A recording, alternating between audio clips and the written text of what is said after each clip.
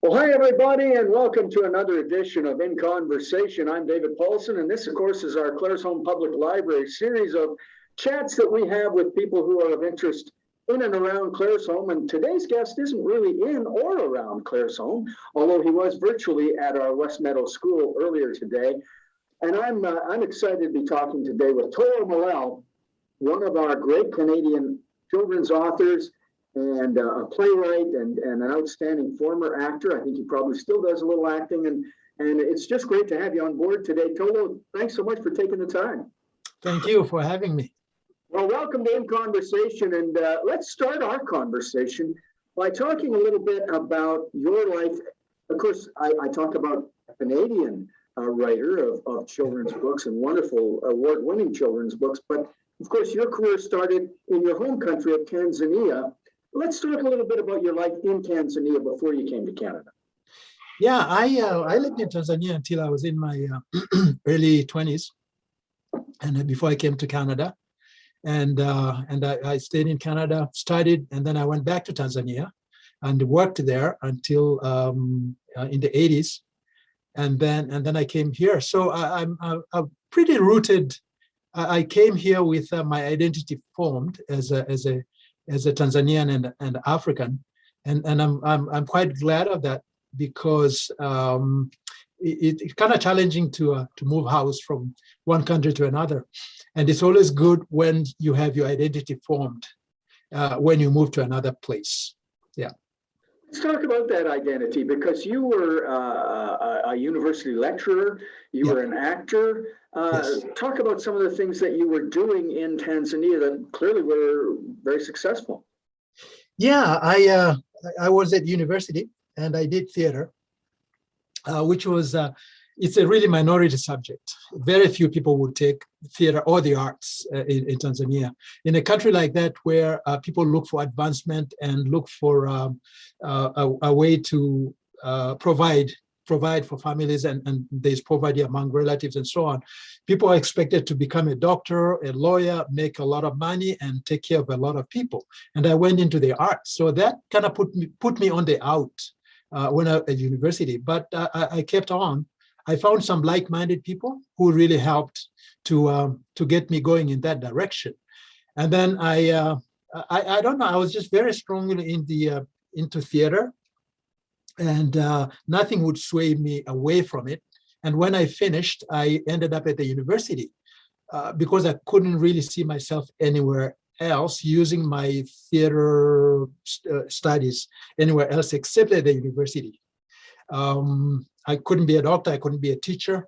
So I stayed at the university, and I'm glad I did, because the university was kind of like a crucible where you get to do whatever you want to do, call it a ivory tower, and you get paid for it. So I kind of like that. And I did theater. I was a professor, like, theoretically in name, but I was also an actor in a performing group, a semi-professional performing group. So I was a semi-professional actor, but I kind of liked. And in a situation like that in Tanzania, where you can't afford too much specialization, like having a director, a dramaturg, and so on, you are required to do everything. So I was a little bit of a dramaturg, I was a little bit of a stage manager, I was a little bit of a writer, and I was a little bit of an actor, and sometimes I was a little bit of a director as well. And I know from your bio that your theater group toured parts of Europe and did some serious touring as well. Yeah, we toured as far as Sweden and Germany, and it was quite an education, because with our props, a lot of props and some drums and so on, and fast-moving trains in Germany, the door opens a split second, and you have to get everything out. So we're not used to that. So it was quite adventurous, but it was a good stay. And we also went to Libya. There was a Pan-African festival happening in Libya, and our play had to do with, it was kind of sacrilegious a little bit, poking fun at God, and when we went to Libya, I think they kind of got wind of what our play was about, and they kept pushing our schedule, like us on the schedule, and then we left Libya without performing. I guess they didn't want us to perform the play because it wasn't religiously proper, Exactly. according to Islam culture. That was kind of funny. That But is we got funny. the trip, and we were treated like royalty there. That's funny. Yeah. That's great. Well, listen, now, okay, so and now you've got this successful career going on as an actor, dramaturge, professor at the university, Everything. and so on in Tanzania. How did the move to Canada come about? Well, I came to do a PhD. And so when I came to do a PhD, and my love of writing and storytelling and so on took over, and pulled me away from the academics. And I just did not have the motivation to work on the PhD and finish it. And I just found myself really more and more involved in writing, and writing took over. So that's what happened. Theoretically, I was supposed to come here, get my PhD, and go back and get promoted from a senior lecturer to a professor, associate professor, and then a full professor. Right. Yeah. So that never happened. That didn't happen, though. So you wound up staying in Canada, and Yes. and we're a whole lot happier that you did, because of course you've had a wonderful career. Now, a lot of your writing obviously is for children, but it's Yep. based on a lot of the African experience and the folk tales and so on that I'm sure you grew up with. How did that come about? Is that a deliberate thing that you wanted your writing to follow that kind of path? Yes, I did, because I had so many images and so much a load of those kinds of stories in my head. I had to do something about it, and I felt that I couldn't go on and do anything else if I didn't deal with what was in my mind and in my heart. And so I found myself just working on those stories and trying to exhaust that load that I had in my head. And yeah, so I did, and now actually I've started moving away to write other kinds of stories that are inspired by the Canadian experience as well. But I'm surprised how long it took me to deal with everything that I brought over here in terms of writing it down and into books and publishing the books. Now, the other thing, of course, about you is with your actor background and your storytelling experience, that has really come to the fore as well in Canada, because I know you and I have even toured together some, and I know you go into a lot of schools, into the classrooms, and do a presentation about your life and about your work, and then create some of that work or do some of that work with the students. Talk a little bit about that. Yeah, I did that for the longest time, as you know, as you have, and I based on my books, because that's how I'm known. Like when I go, it's a children's author. I'm an author, and once in a while they say storyteller, but that part of the storyteller in me did not really take wing as much as the author part. Now I'm trying to cultivate that storyteller part of me, and a performer part of me, performing stories. That is putting performance in the stories that I tell, like a little bit of acting in the stories that I tell. I have been doing that in schools, but not kind of like a by the way, and casually. Okay.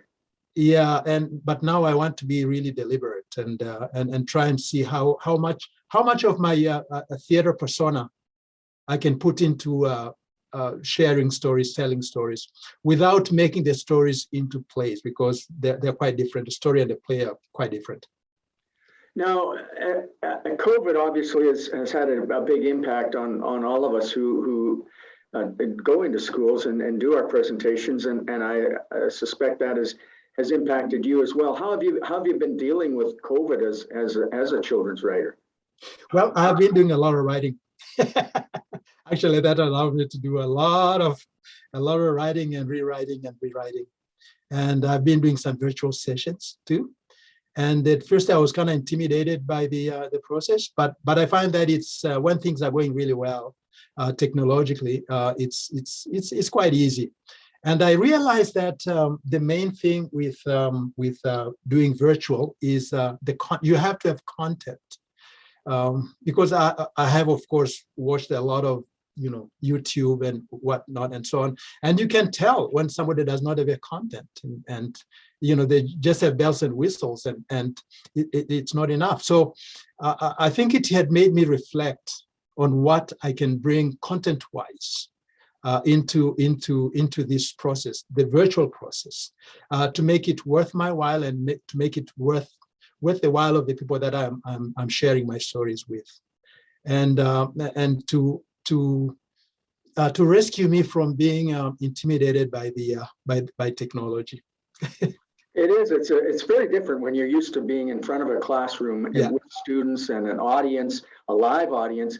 It's a whole lot different talking to a camera or a computer screen. Yes. So let's talk a little bit about, are there any other directions? Now, I know you said you've been doing a lot of writing. You're going to be doing more of your performing of your stories and so on in the future. Any other things that we can look forward to that Tolo hasn't been doing that you'd like to be doing in the future? You mean like book-wise, like publishing-wise? Well, professionally, period. Yeah, professional. Yeah, the stories that I perform, those are things that I'm looking forward to them, like having stories that I can perform. And when the COVID thing passes, and hoping that I can go from place to place, performing them in different venues, like professionally or even community-wise, just in all kinds of places. And I'm hoping that I would have a body of stories that I can learn so well that I can perform them very flexibly in different venues and in different timelines. Like if I only have half an hour, I can do it. If I have 40 minutes, I can do the same story in 40 minutes. I can do the same story that I do in 40 minutes in 15 minutes. I'm hoping that would happen. Well, listen, while we're on the subject of stories, yes. and you and I chatted a little bit about this before we actually turned the camera on, and I asked you if you would be so kind as to share one of your stories with us. But before we get to that, I just have one last thing I want to ask you. Yes. Okay. You've been in Canada a long time now, and you've had all kinds of successes. Is there one particular moment or one particular thing that's happened in your career in the Canadian experience that has really stood out for you as something that you've really been proud of and happy that it happened? Actually, two things. One of them happened just not so long ago. I wrote a picture book with music, and so I collaborated with a musician in Edmonton, and he asked me. Actually, he was the one who's initiated the idea, and asked me if I could come up with a story along the theme that he wanted, and I did. And so we kind of put the story and the music together and the pictures together. So I'm very, very proud of that, and I hope I get to do something like that again. And the other thing called, Tolo? Oh, it's called Grazing Back Home.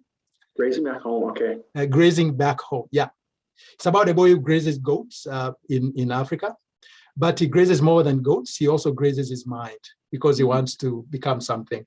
Excellent, excellent. Yes. All yeah. right, you said two things. What's the other? Yeah. The other thing is a book that I edited in honor of Canada 150 in 2017, where I edited the 124 stories into an ebook, which is freely available, and I'm quite proud of that.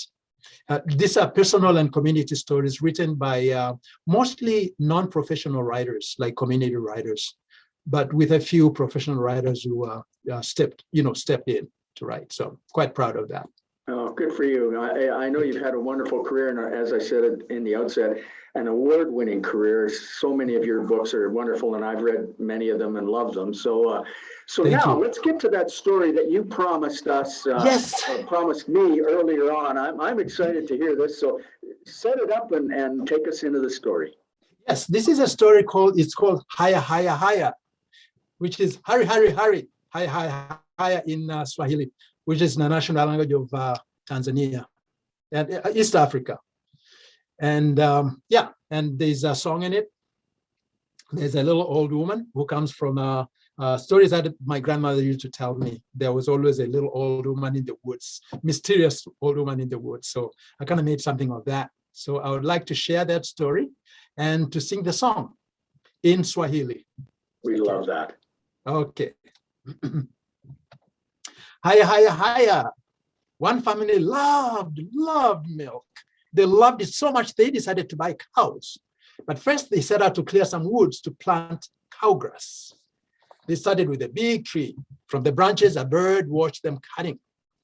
The family had cut down the tree when a little old lady appeared and sang, "Inuka, inuka, inuka, inuka, mti wangu mkubwa, inuka, inuka, inuka, simama, inuka, inuka, simama imara, inuka, inuka, haya, haya, haya, inuka, inuka, haya, haya, haya, inuka, inuka, ha, inuka, inuka, ha." Tree, get up and grow back. The family gazed in wonder. The tree was growing back. The little old lady sang, "Simama imara, inuka, inuka, haya, haya, haya, inuka, inuka, haya, haya, haya, inuka, inuka, ha, inuka, inuka, ha, haya, haya, haya, inuka, inuka, haya, haya, haya." The little old lady stopped when the tree had grown back, big and strong as before. She said to the family, "Promise you'll leave my woods alone and I'll grant you one wish." The family asked, "Whatever we wish?" The little old lady replied, "Whatever you wish." The family made their promise, then they made their wish. The lady said, "Remember, you're getting only one wish. Are you sure that is the wish you want to make?" When the family said yes, the little old lady shrugged and sang, "Maziwa, maziwa, maziwa, maziwa, tiri, tiririka, maziwa, maziwa, mimi, miminika, maziwa, maziwa, bubu, bubujika, maziwa, maziwa, haya, haya, haya, maziwa, maziwa, haya, haya, haya, maziwa, maziwa, ha, maziwa, maziwa, ha." Milk, come forth, milk, come forth. Moments later, the family were enjoying the tastiest milk ever when they stopped. "Hey, where was the little old lady?" They cried, "Oh, why did we waste our wish on milk that we could just have bought?" Then they wondered, how come we only get one wish? They decided they must get more than one wish. They set out to cut the big tree again. They hoped that when it fell, the little old lady would appear as she had before. Then they would make her grant them another wish. They had begun to cut when a voice sang, "Mvua, mvua, mvua, mvua ya radi na ngurumo, mvua, mvua ya pepo kalikali, mvua, mvua, ionyeshe wenani, mvua, mvua." Rain, rain, rain, rain, come. The family fled as the rainstorm approached and the voice up the tree sang, "Jionyeshe wenani, mvua, mvua, haya, haya, haya, mvua, mvua, haya, haya, haya, mvua, mvua, ha, mvua, mvua, ha, jionyeshe wenani, mvua, mvua, haya, haya, haya, mvua, mvua, haya, haya, haya, mvua, mvua, ha, mvua, mvua, ha, haya, haya, haya, mvua, mvua, haya, haya, haya, mvua, mvua, ha." Thank you. That was wonderful. That was really great. I loved it. Thank you so much. And Okay. ladies and gentlemen, that was Tololwa Mollel, our guest on this edition of In Conversation. Tolo, thanks so much for being with us. Loved the story, and it was so great talking to you. Okay, great. Thank you for having me again. Yeah. And friends, we remind you that this conversation and all of our conversations can be seen on the Clares Home Public Library YouTube channel. So check them all out and make sure you check out this one with Tololwa Mollel, great Canadian children's author. Thanks again to Tolo. We'll see you, everybody, next time on In Conversation. I'm David Paulson. So long for now.